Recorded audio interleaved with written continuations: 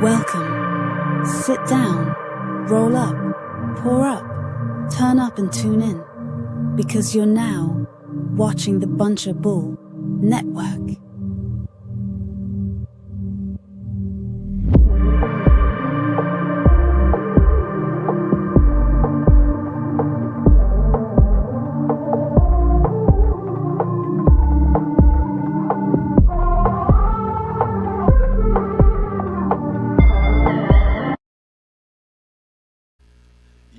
Yo, what's good, y'all? Welcome to The World We Know. I'm Greg Lamont, and this is The World We Know. Make sure y'all get your blunts ready, spark up, sit back, and get ready for some good-ass conversation we're about to get into. It's been a hell of a week. So the first thing I want to start with, which it kind of piggybacks off of last week's topic, which I was incorrect about, is the government shutdown. Got to get into the government shutdown. Thank you. Got to get into the government shutdown. So, as pretty much anybody who's in the U.S. who's grown knows, I'd hope knows, is that the U.S. government has shut down for the first time in 6 years, and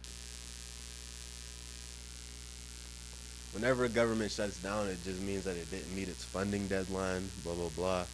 And it has to. All right, but it has to have agreed upon, voted upon, and approved budget and everything for its funding to keep it open. Because how are you going to run a business without funding? How are you going to run a corporation without funding? How are you going to run a country without funding? Right? So the government's currently shut down, and what comes with that is some programs will still function, such as like benefits. Obviously, those still function and shit like that. But government workers, most of them won't receive their pay. Federal workers, like for instance, my sister's a Marine, and she said she's not getting paid right now. Shit like that, as well as just like most normal fucking uses of the government don't happen. But one thing that has been happening and has been in motion during this time is the fucking Israel, hopefully we don't get banned because I said that word, but Israel-Hamas war. So I want to talk about this Israel-Hamas peace agreement that just happened, because I have some mixed feelings about it that I've been talking about since it's come up. But so whenever it was first mentioned throughout the week this week, that Trump, or I think it was last weekend, that Trump wanted to have Hamas, it was last weekend, Hamas and Israel agree upon a deal along with the other bordering countries such as Egypt, Saudi Arabia, Qatar, places like that, for peace. I think it's sketchy because of this. So Israel was created on Palestinian land. That's just a fact. Israel was created by not created, but Israel was seized. The land was seized from 3 different terror groups.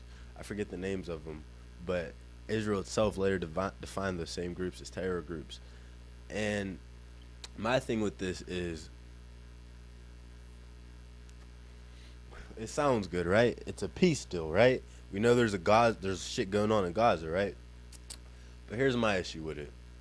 The reason why I say they took the Palestinian land is because they don't want to recognize Palestine as a state, okay? Now, why wouldn't you want to recognize a place as a state, but like, we call it Palestine. We know it's Palestine. It's the place Palestine. You don't want to recognize it as a place. That they actually said in the negotiations that was a hard red line for Israel. They if Palestine's recognized as a state, they won't agree. So here's what I'm getting at. The genocide that's going on in Gaza has been absolutely insane, and it's a reason why Israel has lost so much support and shit recently. However, I think it's weird. If you're going to do a peace deal, why wouldn't you do a peace deal between Israel and Gaza, the place that you're destroying? Why would you do a peace deal between Israel and the terrorist group, right? Because Israel was a part of the creation of Hamas. They aren't still associated with Hamas. Maybe they are. Who knows? Uh, I've heard different rumors and stuff, but I don't know for sure if they are. Maybe they're not associated with Hamas. But here's the thing: like, okay, you have peace with a terror group, right? But that doesn't mean you're gonna stop fucking taking over the place, right? Gaza, like you should have peace with Gaza, not fucking Hamas. So, what it sounds like to me, and what it is, because like you could literally go on the fucking White House page and see it. The fucking goal, which was their goal a year ago, Netanyahu, it being them, is to displace all the people in that land, in Gaza, and eventually in all of Palestine, to displace them, kill, sicken, famine, etc., destroy land, and then the people that are left, move them to other countries and rebuild. But why would you do that? Why would you move all of the people and kill them all and move them to a different country? Maybe because you want that land, right? So it's in the peace deal that the people of Gaza who are left are being migrated to surrounding countries, being Qatar, Egypt, Saudi Arabia, etc. And they're spending $100 billion on rebuilding this fucking this place. I don't know. To me, it just sounds fucked, because it's like to me, here's what it's the equivalent of, to help everybody put it in perspective. Let's say we bomb the fucking shit out of Mexico, right? Bomb the shit out of Mexico, killed most of its people, made sure they couldn't get food. Said that we did it because years ago the cartel killed 2,000 Americans, so we destroyed all of Mexico, right? And then we made a peace deal with the cartels, not with Mexico, with the cartels, right? That sounds kind of fucking retarded, right? You destroy Mexico, you make a peace deal with the cartels, and you say, hey, everybody who's left in Mexico, it's not livable. We're going to rebuild it for you, but all of you people who are here, you need to go to other places like Puerto Rico, Cuba, other Spanish countries or whatever, and we'll take care of it. Does that not sound fucked? It's the same scenario. It's like destroy a country and make peace with their fucking terror group. Like, really, it's kind of crazy to me. And it seems like manipulation. But what I will say good about it, though, is thankfully people will hopefully stop dying in Gaza as they are.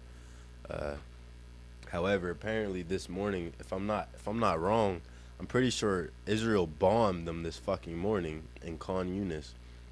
Let me see. Israel bomb after ceasefire.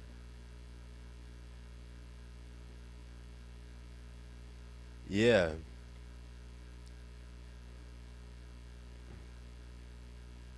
Yeah. Early Friday morning, this fucking morning, hours after the fucking ceasefire, Israel warplanes launch airstrikes on southern Gaza. Like, these people, we need to wake up. This is honestly the most fucking transparent I've been about this on here, but we need to wake up and realize, like, yes, Hamas, I don't support Hamas. Hamas is a terror group. They're terrorists, the same way I don't support the cartels. But Israel is a terror group as well. Like, and I think that if they keep doing this shit, like they did the same thing with Iran. We got them a ceasefire we got them a ceasefire, not a peace deal with Iran. And then right after we got them to ceasefire, like an hour before midnight or some shit, they bombed the fuck out of Iran. And Trump came out the next day, and that was where he went viral saying that Israel, Netanyahu, doesn't know what the fuck he's doing. Yeah, I think it's pretty fucked all around the situation. and it's sad for the people of Palestine, for real, of Gaza. Um, and yeah, I mean, if they're still bombing them, if in my opinion, if Israel keeps bombing them and Trump's trying to get peace, we need to absolutely disconnect ourselves from Israel. Israel gets more funding than any country in the fucking world from us. More than, well, I think it's like more than 1.5 times second place. It's not 2 times. I think it's like 1.8 times second place, uh, which second place is Ukraine, um, right now for the decade. I don't know. It's fucking. It's really fucking confusing. I don't really know how to reason the unreasonable of just killing like okay, you don't recognize them as a state, right? You don't want to recognize them as a state, then, which means they can't have the military because they're technically not a government. Palestine being them, not a government. They don't have a military. They don't really have nobody to stand up for them. You're just killing everyday men and women, children. Like, why don't you want them recognized as a state? Maybe because you want the state. And that's what it says in the Balfour Declaration of 1948, that they would eventually take the whole thing. But yeah. Oh yeah, and on the topic of wars, Trump this year so far has ended 7 fucking wars. Well, 7 wars. He hasn't even been president for a full year. 7 wars have ended. He's ended, I don't know all of them off the top. But he's in the war in the Congo. He's ended India, Pakistan. He's ended the Iran, Israel. And, I mean, he said yesterday that it's been 7. This will be 8. And Hillary Clinton claimed that if Trump ends with what's happening in Gaza, that she would nominate him for the Nobel Peace Prize. So, let's see if she stands on that. But anyways, the next topic is yesterday. I think it was yesterday. It wasn't this morning. Drake's lawsuit against UMG, dismissed. It's dismissed. That is, I mean, it's an L. It's an L and a W, but I think it's more of an L for Drake. It's an L because he could have won 2 Bs.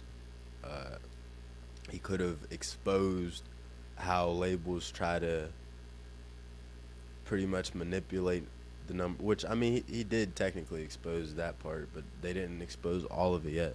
But how numbers get manipulated, bots get used, shit like this. And how labels can pretty much weaponize their power against you. But it's also an L because, I mean, it's just a bad look. Like, if you're going to do that lawsuit, you want to win that lawsuit. Like, let's be real, because most people are not going to look into the details of a lawsuit. They're just going to be like, you're suing after a rap battle and you lost it? That's crazy. But it's a W because it's more of a W for fans, but it's a W because I believe a part of this lawsuit, I believe Drake was playing chess with the lawsuit. Like he was ready for both outcomes. You win it, you get 2 Bs, step away. The label's not gonna fuck with you. Do your thing, use your 2 Bs, get up. If you lose, I think it was like kind of pulling back the curtain to the Oz, or like making people aware that in the Wizard of Oz there's an Oz behind the curtain. He's not as strong as you think. And after doing that, going to the table and negotiating, be like, okay, I need this deal. It could work for you, it could work against you. He's going to get the deal. And the reason it's a W is because Iceman's dropping. That's the only W I could really get out of it, for real. As a Drake fan, I would have loved to see him win the lawsuit because I just love the idea of independence. I was born on Independence Day, July 4th, so I'm big on the idea of independence.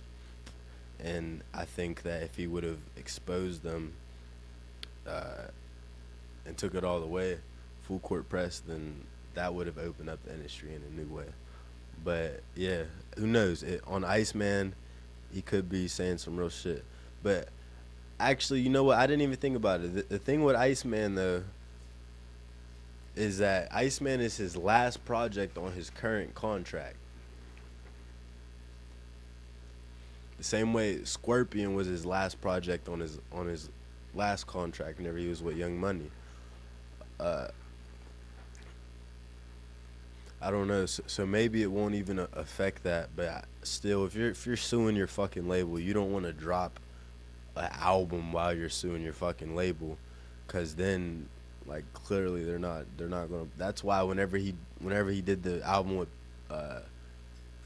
Party Next Door, P&D, he didn't drop it on his album. Drake hasn't worked with one Universal artist since this beef, not one. He hasn't been on stage with one. He every artist he's worked with has been Sony, Warner, or independent. It's he's been distancing himself, but Iceman's his last project with his current Universal contract. So yeah, we'll see how that shit goes. We'll see what's up with that.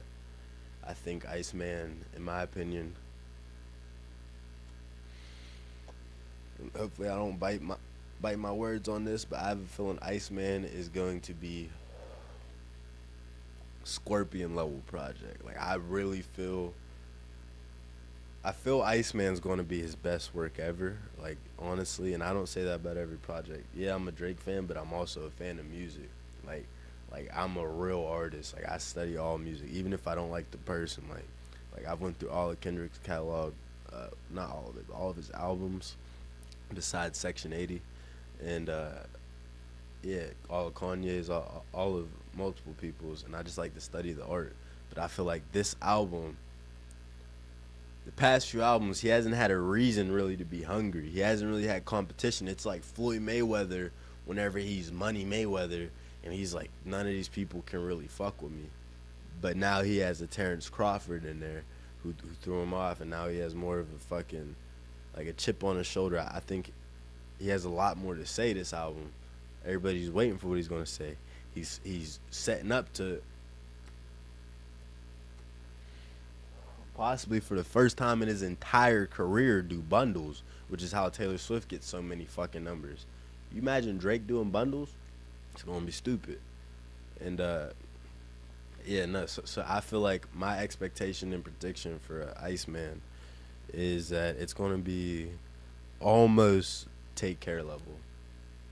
Like there's Take Care for me, and I don't play Take Care that much. Like it's not in my but I respect it because everybody sees it as his greatest.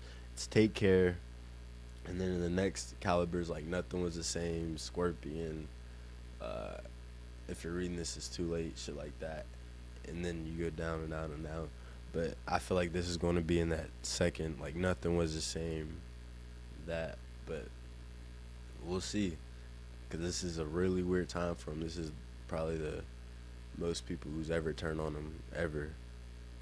So yeah. But yeah, every Friday at 2 p.m. we have The World We Know. Every Friday at 6 p.m. we got Stash Spots. And every Saturday at 8 p.m. we got Marley's State of Mind on the Bunchable platform, YouTube, Facebook, Kick, Twitch, wherever. Catch us there. Every week we're there. But yeah, there's really not too much going on in the music industry this year besides drama. I mean, the one thing I'd say that's popular right now in music for on hip hop is YB's tour. Like, I never been a YoungBoy fan. I never been one to dive into his music or even save his music until this year. I mean, I wouldn't really say I'm a fan this year, but like the people close to me know, like I could never really get into his shit because I just feel like it was all like negative energy. Like, yeah, it's hip hop, but it's like my thing is if you've been through shit, like some evil shit, that's one thing, cool. But like if you're making it clear like you ain't trying to go nowhere but down that path, then I really wasn't able to listen to you. But I feel like him as an artist, like he's now had so many years in this shit, and his impact, I think that he's reaching that level of like undeniability. But also the tour this year I think is huge because it's his first tour in 7 years. He hasn't toured in 7 fucking years. 2018. Uh, so I think it's huge. I've been seeing like what really made me respect it a lot because I wasn't following many videos of it. I know people who went to it. Obviously, y'all probably do too.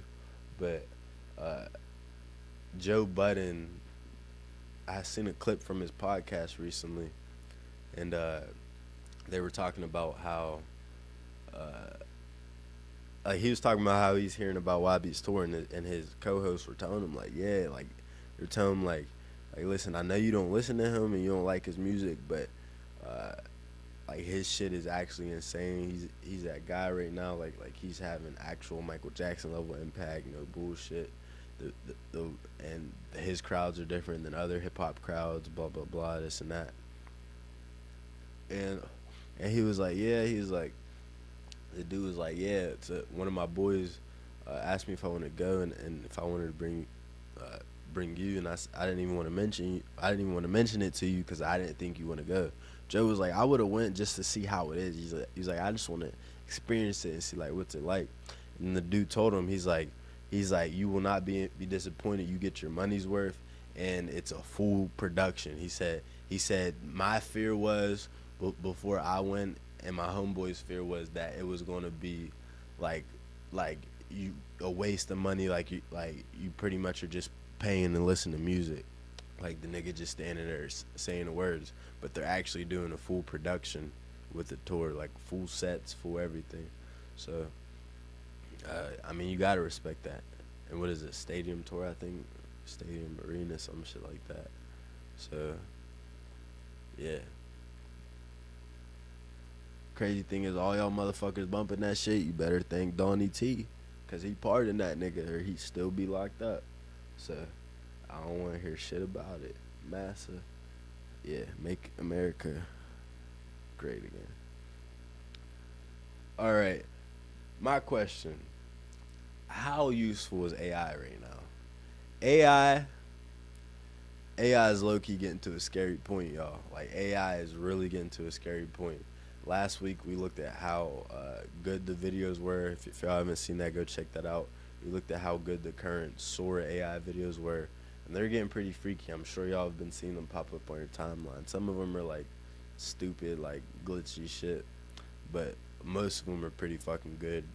But what I'm talking about is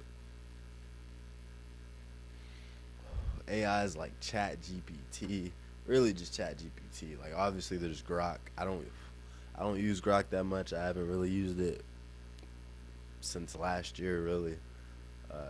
But I think Chat GPT is insane.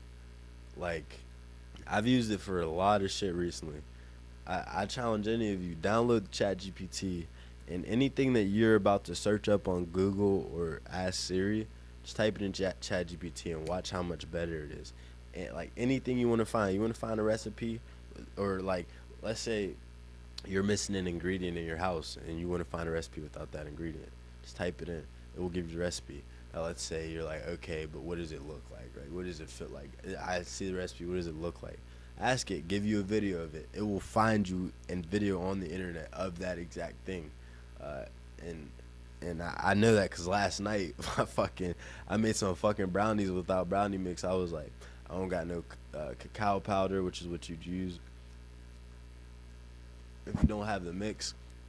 And I was like, me and my girl were like, all right, how we gonna figure this out? I went on ChatGPT. I said, give me a recipe without cacao. I have dark chocolate chips. I wrote that. It gave me a recipe. I was like, all right, cool. But I was like, I don't like fudgy brownies. I don't like the wet, like gooey shit. I like them kind of cakey, but not light cake. So I was like, what does it look like? I asked it to show me a video. It pulled me up a video like that on the fucking internet. Found it. Now imagine if you would have went on Google and you was like, how do I make this without blah, blah, blah, blah, blah. You would have had to go through links. And then after you find the recipe, you're like, cool, but what does it actually look like? You would have had to find a video, and then you would have got there. Whereas you type it in Chat GPT, give me a recipe, zero point 0.5 seconds, it brings it to you. Then you're like, okay, show me a video. Another 0.5 seconds, you have a video. It's really fucking crazy. And you can use it for anything, like building. You can use it for advice, like reasonability on certain shit. But like you could use it for legal work and finding shit in your taxes too. Like I've actually used it for somebody I'm close to's case. Like they sent me a letter from jail with like their case details and shit, and how it's corrupt and blah blah blah, and a letter to the people or to the lawyer or whatever, and I took a picture of every paper including the notes they gave me. I put it in Chat GPT. I put in every fucking picture. It found everything. It took the quotes, the lines, blah blah blah, and it shot out the constitutional violations.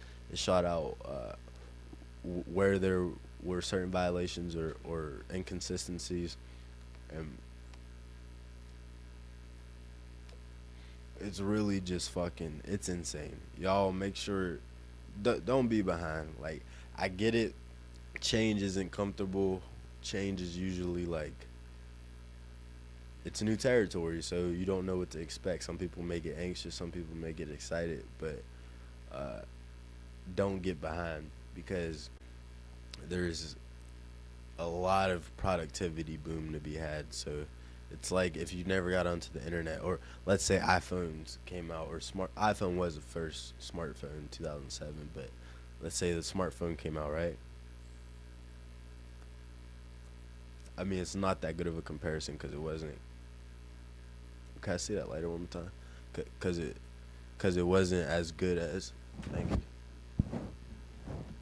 Smartphone isn't that great of a comparison, just simply because the smartphones aren't as big of a fucking leap as this AI shit is. I think AI is more comparable to the internet. But let's say the smartphone came out in 2007 and you're like, fuck that. And you waited till 2018 to get a smartphone, right? But the people who got it in 2007 to 2010 to 2011 to those years, they made money off it. They found all the advanced shit in it. They got ahead with it. Like, really, I just think you don't want to get behind. At least if you're a businessman or independent-minded person, you want to use these as tools. Don't look at it like evil. It's like some people who everybody wants to be wealthy, right? Everybody wants to be free, but you see people will hate money, or they'll be like they'll just hate on people with money and shit like that, and they never experience it. I feel like it's the same thing. Well, no, not what I'm saying. I feel like money is just a tool. The money doesn't make you evil. Like people hate guns. A gun is just a tool. You feel me? AI is just a tool, and it's a advanced one. And wait till it's in robots and shit like that. It's gonna be a fucking ticket. It's gonna be freaky. But yeah. And other hip hop notes, shit that's been going on.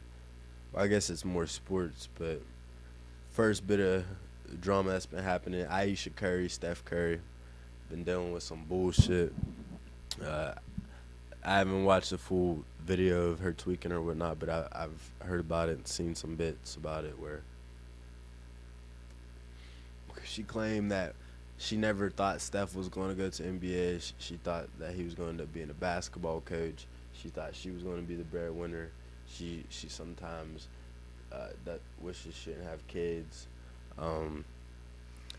Pretty much just saying she wants to go have fun, right? Like she's missing out.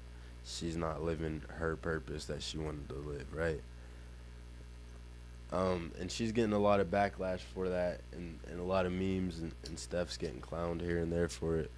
But I don't know. I think they're like,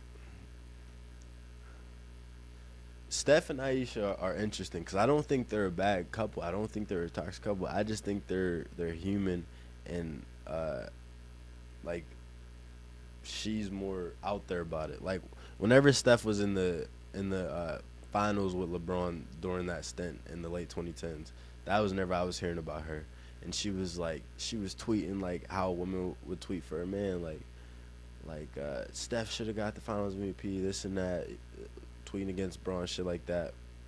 Uh, like she seemed like a ride or die then. That's why like people like Drake and different people would use her in a song. I need Aisha. I need Aisha Curry. Whatever.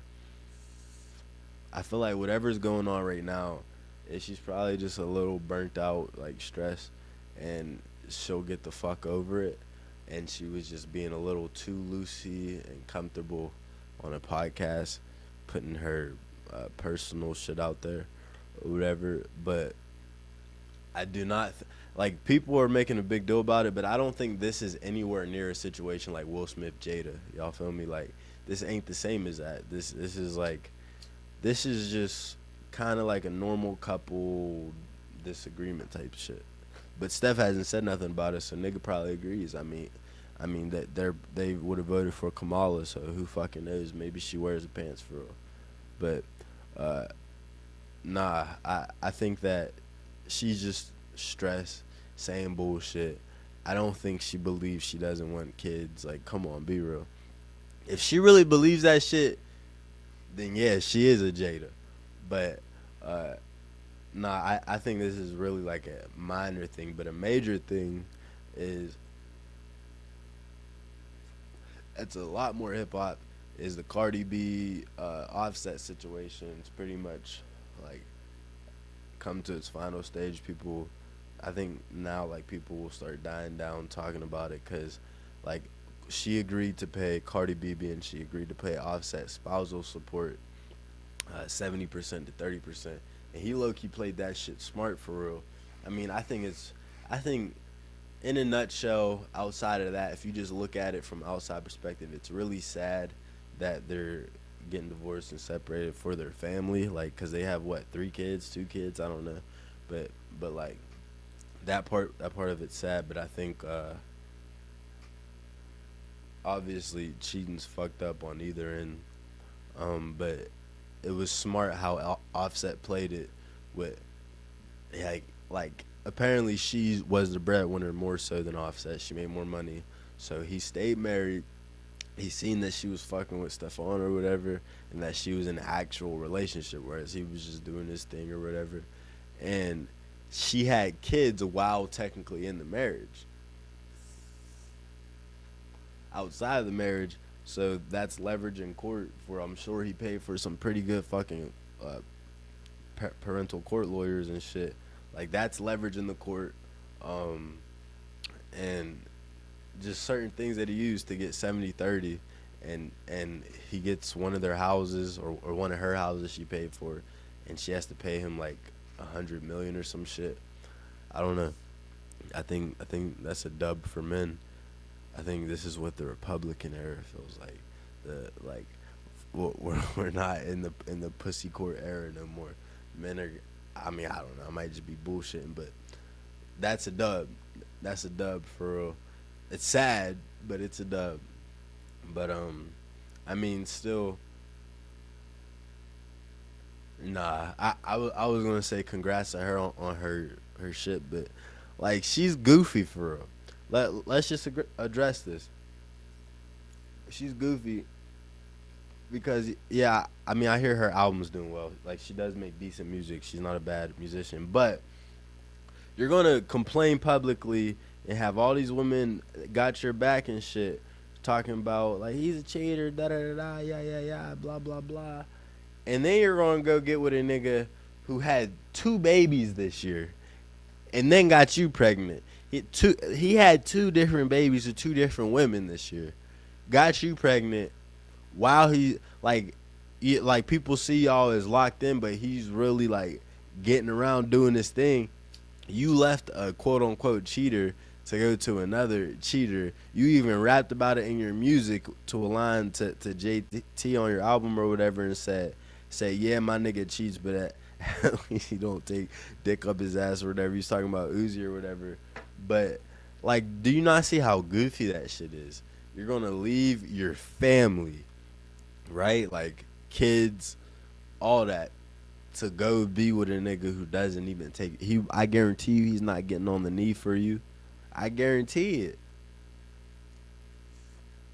So I don't know. I think it's an overall fucked situation, but hey, whatever. That's their business. That's the last I'm gonna say about that.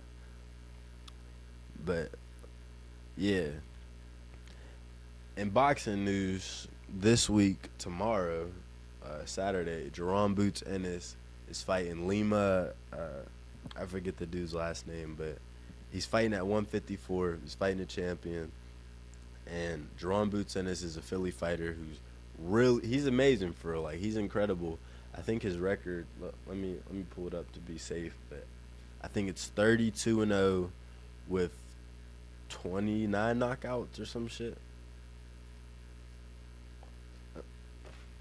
Let me see. Jerome Boots Ennis. His record is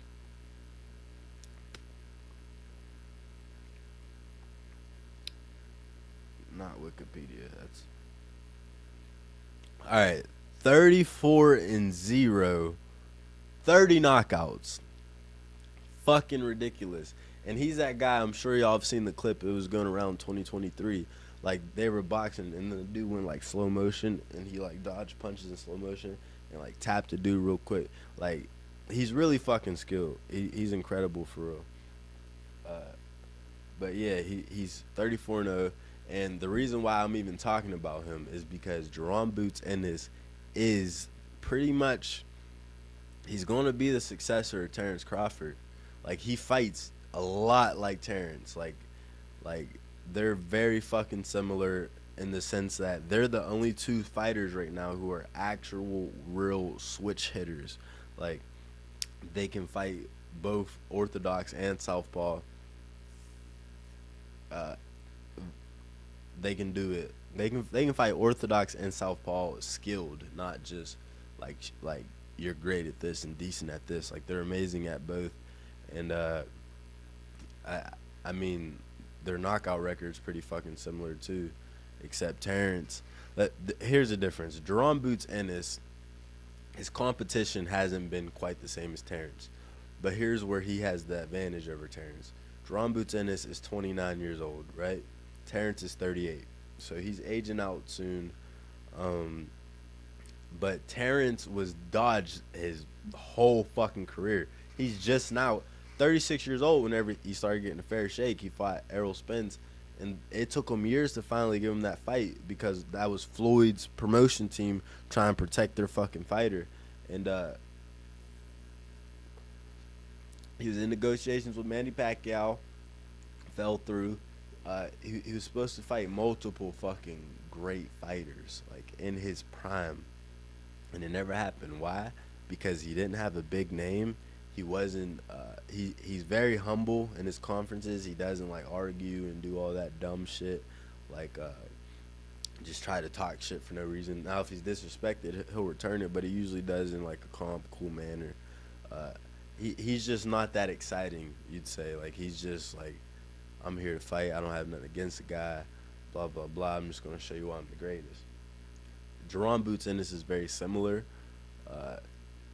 He's a little less humble, but he's fought a lot of fights. He's already fought 34 fights. Terrence Crawford, I think, has 42 fights. So he's fought a lot of fights. However, the majority of those fights weren't against world champions. While, yes, he's fought some decent fighters, he hasn't fought any real names, right? Whereas Terrence, back in the day, he fought Gamboa. He fought Eric Kahn, who Canelo also fought. He fought different guys. Jerome Boots Ennis hasn't really fought those guys. However, he's trying to chase Terrence Crawford and starting to become undisputed. So I believe he became undisputed at 147 after Terrence left it. And now he's at 154. He wants to take it over. And Eddie Hearn, who is the guy of what's that promotion group? It's not Starboy. Whatever the fuck it is. Eddie Hearn has a big promotion group. The way that there's PBC, Golden Boy, and these different promotion groups. Jerron Boots Ennis is under it, and he said that he thinks Jerron Boots Ennis naturally is going to go to 160. He's going to try to become undisputed 154. He's set for 160 because his body naturally grows into it. And he said that they're actually looking at Terrence the way that he went up in weight and naturally did it. He believes Jerron will be at 168 soon. So I'm going in about Jerron Boots Ennis because I just want to see him fight Terrence before Terrence retires. And if they could fight at 168, let's fucking go. Yeah. Jerron Boots Ennis. I'd love for y'all to see some fucking highlights of that guy. He's a fucking dog. And then the last news in the boxing world that I really give a fuck about right now is Ryan Garcia is set to return in May. His suspension, no, actually in March, not May. His suspension ends, I think, in February, but he's set to return to boxing in March, so we'll see what's up with that. He needs to get his get back. After Rolly fights Manny Pacquiao, Ryan needs to fight Rolly again and knock him out. That's the only way to do it. Oh yeah, wait, no, another thing. Lamont Roach, who just beat Gervonta Tank Davis in his last fight. Most people would agree Gervonta lost that fight because the fight ended as a draw. But if you really think about it, so Gervonta's knee touched the canvas. He touched the canvas, and then he walked over to his corner and got his face wiped, which is a disqualification. You can't do that in the middle of a round. You're not allowed to do that. So he should have got a knockdown technically for the knee, but even if he didn't get that, he should have got a disqualification for walking to his corner. But anyways, if he would have just got one of those two things, even just, let's say the ref was trying to cut him a break and said minus 1 point. 1 point deduction. He would have lost the fight because it was a draw. So he lost that fight, but Lamont Roach, the guy who won, he's going to fight Pitbull Cruz, and he's fighting at 140, which is very impressive, simply because Lamont Roach, before he fought Tank, he was at 130. He went up in weight. It was his first fight at 135. He fought Tank, and he beat Tank.